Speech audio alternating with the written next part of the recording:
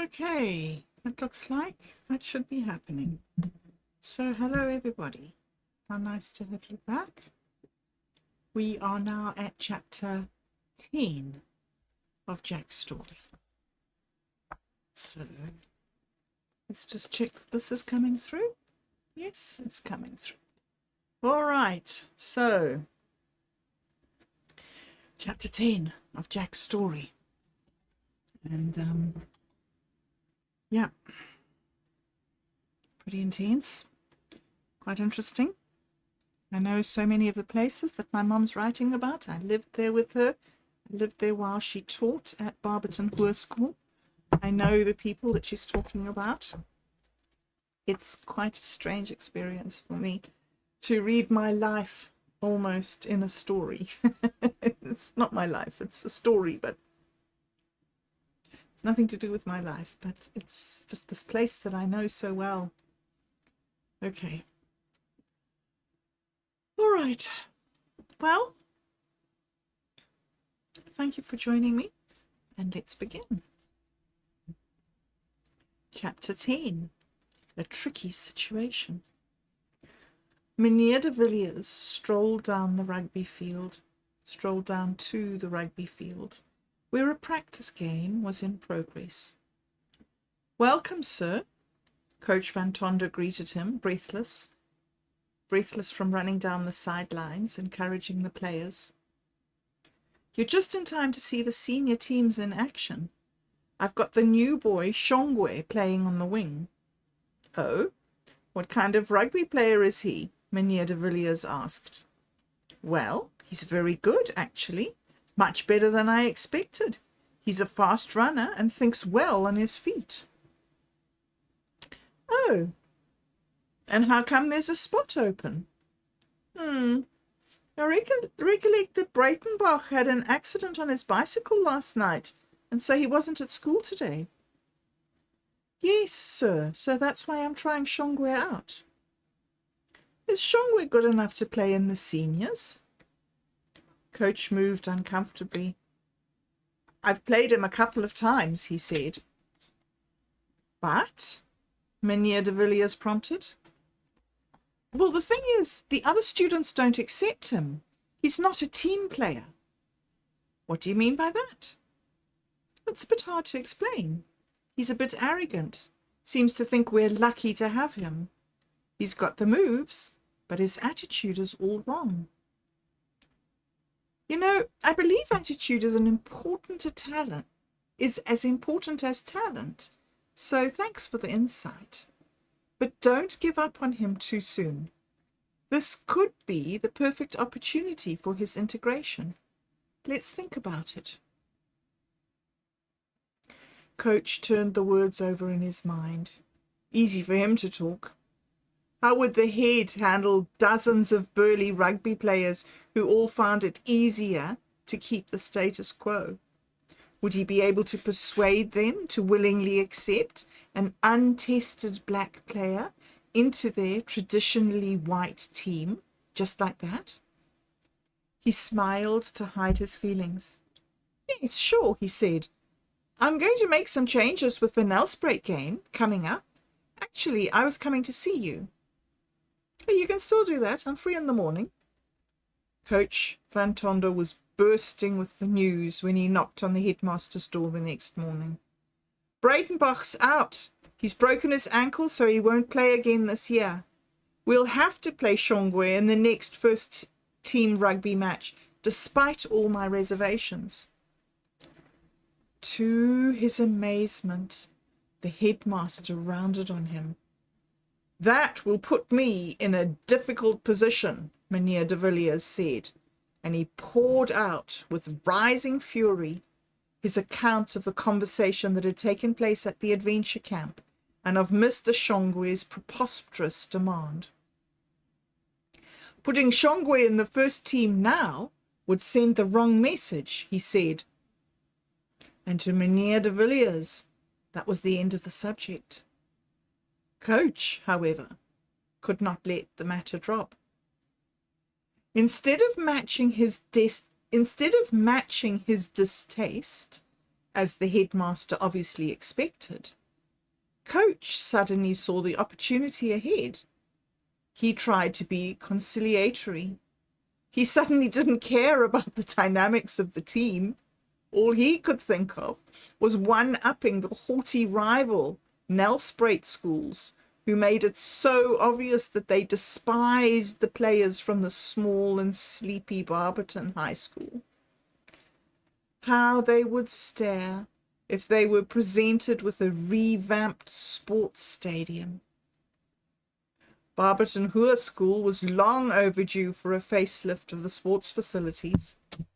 Those Nelspruit schools, with their rich and very supportive parent body, who looked down on his players, were due for a rude surprise. He said, "Can't we make a plan, sir? We've got the Nelspruit match coming up next month. New spectator seats, what the Yanks are calling bleachers, are a must. We just don't have enough space. And the groundsmen have started on the commentary box, but we've had to suspend all work there because we ran out of supplies and the money to buy what we need." His pleading voice and volte-face merely served to incense the headmaster further.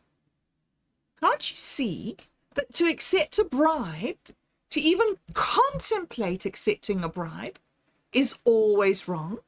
Mynheer de Villiers asked. "But we're not accepting a bribe," the coach said. "If you had not had that conversation with Shongwe's father, we would be playing his son without thinking about it." "Okay, just go on then. I'll wrestle with the ethics and try to come up with a solution," the headmaster said. Coach came close to slamming the door as he went out. "What is he talking about?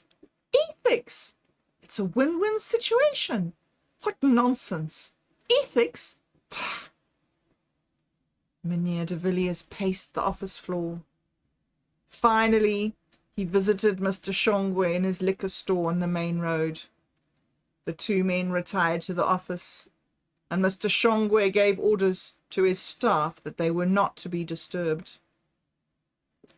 Much later, after much shouting and banging from the office, which left the staff by turns intrigued, then worried, and finally very curious, the door to the office opened and the two men stepped out, shook hands, and parted. Alex Stevens, Dan's dad, happened to be standing outside his sports shop. He looked across at Mr. Shongwe. "Morning, Lucien," he called. "How's it?" "I've had a meeting with the headmaster," Mr. Shongwe said. "We've talked about raising funds for the school, and he's chosen me to head up a committee. You're just the man I need to help. What do you say? Upgrading the sports fields is a must." The two men walked down the road together, deep in discussion. Back at the school, Mynheer de Villiers considered the day's events. He'd managed to resolve the problem with Mr. Shongwe so that bribery was not an issue. He breathed a sigh of relief.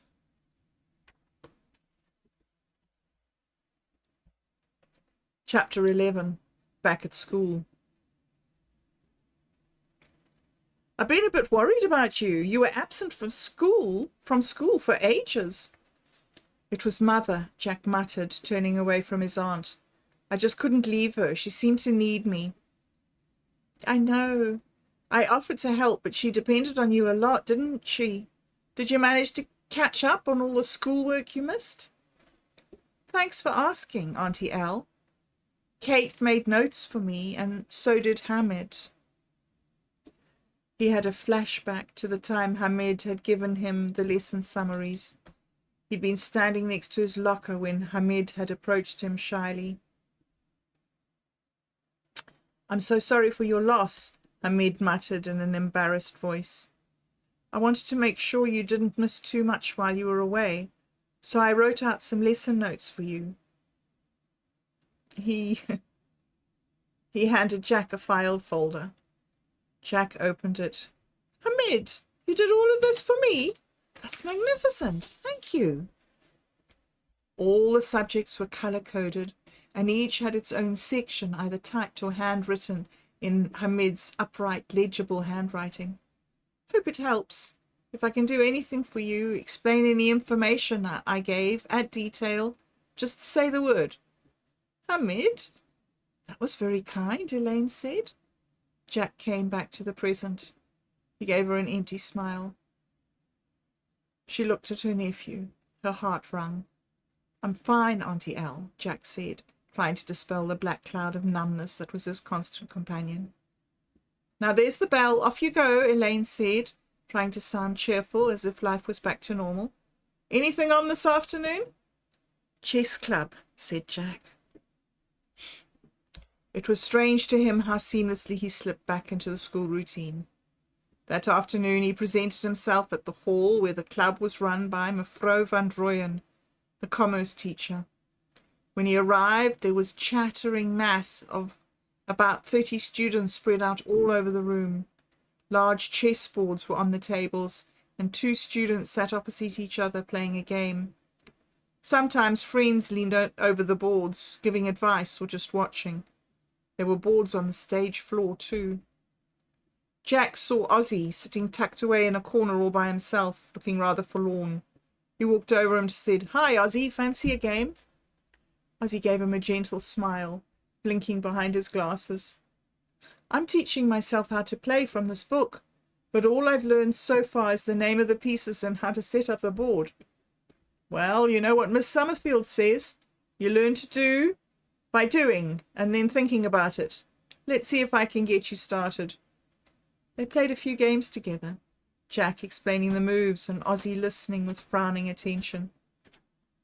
"Very impressive, my friend," he said, when Mevrouw van Rooyen finally called a halt to the afternoon's activity. You're a quick learner." He was met by a happy smile from Ozzy. After that encounter at the chess club, it became quite a regular occurrence for the two of them to play together. Ozzy was a natural and quickly learned the game. Jack enjoyed the distraction from his own issues and appreciated Ozzy's quiet friendship. He also threw himself into the rugby practices, never missing a practice, and spent hours working on his fitness in the cross-country team. Oh wow, that was really short. 12 minutes? Okay, I think I'll maybe read chapter 12 as well then. Wow. Okay. Chapter 12. Rugby match. Classes had been suspended, and there was a festive atmosphere in the air. It was the day of the annual rugby match against their major rival and traditional enemy, Nelspruit Hoërskool. Jack's grandfather had brought him to school that morning, and Jack wanted to show him around. As a previous head boy, Guy was very loyal and supportive, and always interested in the improvements to Barberton Hoërskool. The last time there was an upgrade to the sports facilities was the year your dad left the school. That was quite a while ago, his grandfather said. I'm so pleased that the headmaster gave the go-ahead to fixing up the sports grounds. It's high time. Wow, that sports pavilion looks magnificent.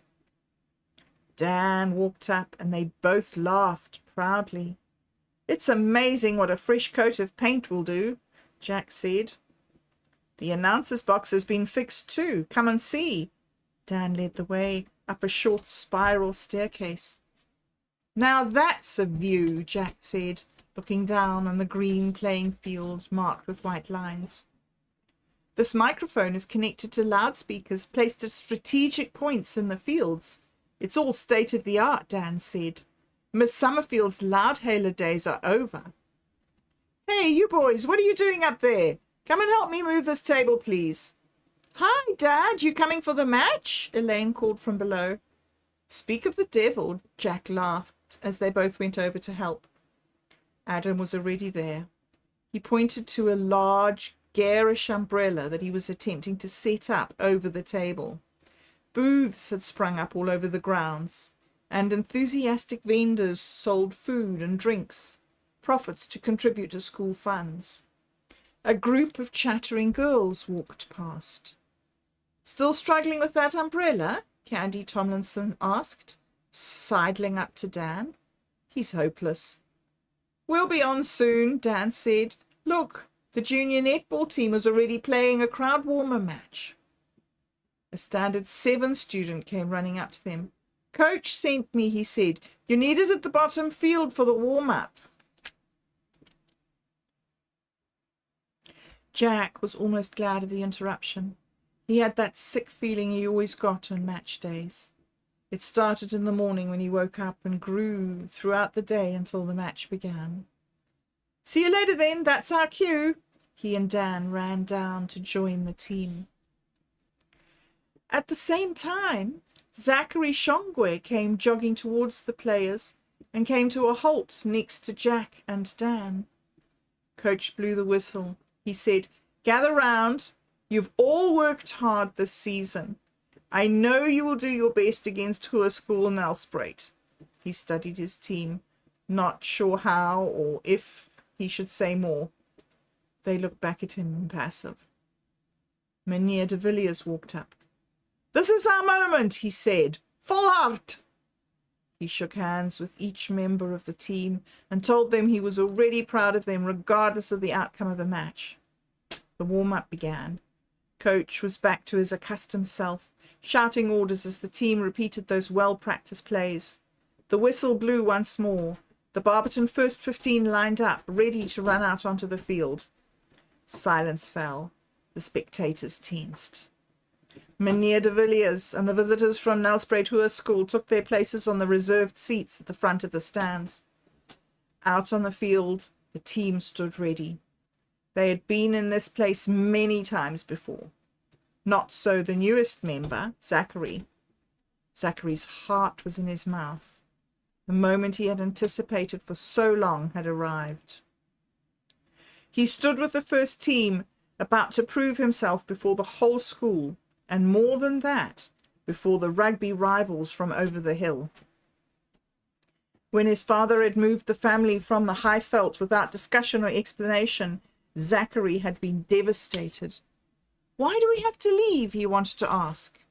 But he had learned long ago that you didn't ask such questions in his home, or his overbearing, tyrannical father, of his overbearing, tyrannical father, if you wanted to come away unscathed. Zachary had no time to take leave of his school or his friends, from the place where he was part of the community and the part of the way of life that he understood. "I've enrolled you in Barberton Hoërskool," his father informed him. "You start there on Monday."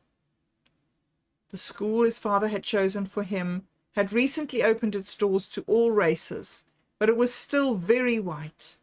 He wanted to fit in, but no matter what he did, it seemed the other students were determined to keep their distance. It was confusing. Overnight, almost, he changed from being a cheerful, confident student to the surly, suspicious teenager his fellow students knew. The only person he could talk to was a new friend, Innocent Kahari. They often hung around the rugby fields in the afternoons, rather than going straight home after school. Zachary cheered up and forgot his sense of being uprooted and transplanted when he watched the rugby teams at practice. "One day I'm going to be in the national rugby team, just like Chester Williams," he would boast. Innocent's reaction was usually a loud snort.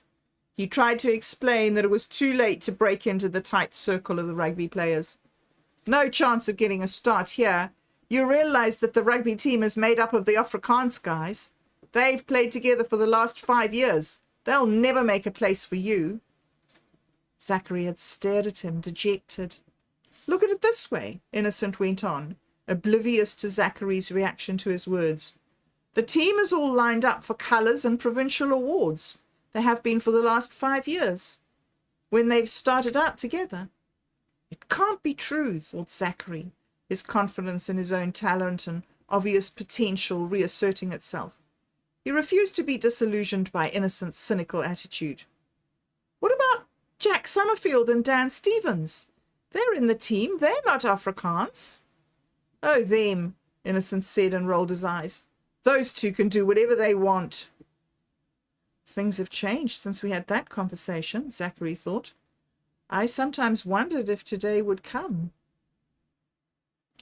That morning, the morning of the match against their Nelspruit rival, Zachary had met Innocent Kahari at the usual place, and together they'd made their way to the school. Are you okay? Innocent asked. I'm fine, Zachary said. I told you I'd make it to this team. Innocent laughed. You haven't talked about anything else, he said. Do you think you can handle it? You've attended practices, but you've only actually played with the first team 3 or 4 times. That's why we've had all these practices this last week. I'm beginning to get the team, but they don't always make it easy. Innocent nodded. It's like they live inside this unbreakable circle. I've tried with Jack, but he shuts me out. He always has. Zachary nodded. I know what you mean, but I don't think they shut you out. It's more as if they see us as beings without feelings, he said. Nothing to shut out. Zachary was not given to introspection, so he changed the direction of the conversation. Let's hurry, he said. I want to get there early. They started running. Running meant that there was no room for talking, and they were both glad about that. I can't explain how happy I am that I'm being given a chance to prove myself on the rugby field, Zachary thought. It's where I'm meant to be, I'm sure of it. He tried to shake the apprehension that had grown every day since the meeting with Coach, and to concentrate on the positive, to be part of the rugby team, his dream come true. As his feet pounded on the ground, his thoughts whirled in his head. Zachary Shongwe, wing of the first team. Images flashed before his eyes of the great Chester Williams, his hero, and the hero of all his schoolmates. Chester Williams, with the rest of the Springboks, had toured the rural schools around Johannesburg in anticipation of the World Cup. In some ways, it seemed like yesterday. Watching Chester play rugby, learning from the legendary wing, and being inspired by him, lit an unquenchable flame in Zachary, a flame that grew into a roaring fire. Finally, though, the day had arrived. Zachary stood with the team, wearing the Barberton Hoërskool rugby uniform, watching the Nelspruit Hoërskool on the other side of the field. Are they as nervous as me? He wondered. His eyes rested on each member of the team standing so quietly in a circle, hearing last-minute instructions from their coach. Then he looked across the field at their rivals. These guys are massive. They're taller than the Barberton side. Or does it just seem that way? Feelings of trepidation threatened to choke him. What if I'm not as good as the rest of the team? What if I mess up in front of my new school? Zachary suddenly and uncharacteristically doubted himself. During the warm-up, he became more and more aware that he was an outsider. The team all seemed to understand each other, he thought to himself. From the moment he ran out onto the field, things felt better for Zachary. Miraculously, the nerves were gone. The din from the crowd reminded him that he was part of something bigger than himself. He itched to prove himself to the rest of the team. Overcompensating, he seized every opportunity to prove himself indispensable. That's Zachary, he imagined the other team members saying admiringly. He doesn't just wait for the ball, he attacks. He's never still. That's how he came to be out of position when the ball came flying down the wing and he missed a heaven-sent opportunity.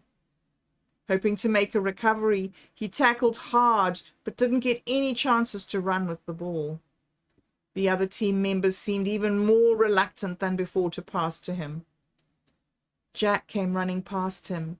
Maintain your position, he shouted. You're a wing, not a three-quarter. Zachary faced a blinding moment of truth. He stumbled, crushed. His nerves were building once more. What am I doing here? I don't even know any of the line-out calls. He couldn't give up, though, not yet. The pressure was still there to become part of the band of brothers who worked as a unit, seemingly able to read each other's minds. But they follow a drum beat to which I'm deaf, he realized. The second half began. Another play that excluded him.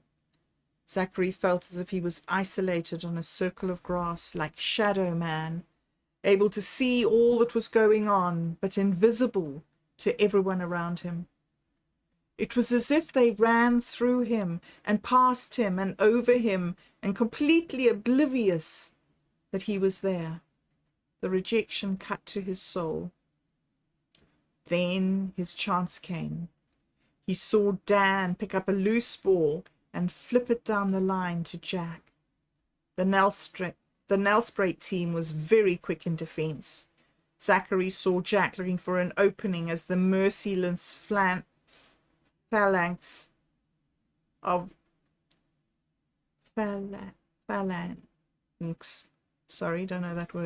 opposition was bearing down on him. "Pass!" he yelled, and Jack, with the tip of his left boot, sent the ball careening towards the center of the field. Koos Venter picked it up. He charged ahead, but there was no way through. The only play was the new guy on the wing. "Over here!" Zachary shouted from the right field, throwing his arms up and down like a madman and jumping on the spot to avoid going offside. Koos flipped the ball just a half a second before he was barreled over, and he watched from the ground as the ball spiraled away to the wing and hit Zachary in the chest. Zachary's arms smothered the ball, and he jinxed left and right like a footballer. Then he was off, powering through the Nelspruit team like a streak of greased lightning, then juddering along the ground to score the first try of the match. Venter converted. Coach blew the final whistle to signal the end of the match. For a second, the spectators held their breath, and the crowd fell silent before erupting into the loudest shouting of the day. The team crowded round Zachary, giving congratulatory slaps on the back. He accepted the pummeling and shouts, numb and unbelieving.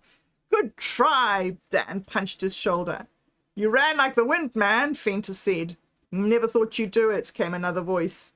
Each member of the team wrung his hand or clapped him on the body. Hoarse with shouting, sweat pouring off them, the first team celebrated their victory. Ta-da! Okay, well, I'll need to change that to Jack's story, chapters 10 to 12. And that was great. So tomorrow we will be back for 13, which is Hero. Okay. Thank you very much for joining me. That was awesome. And have a lovely evening. Good night.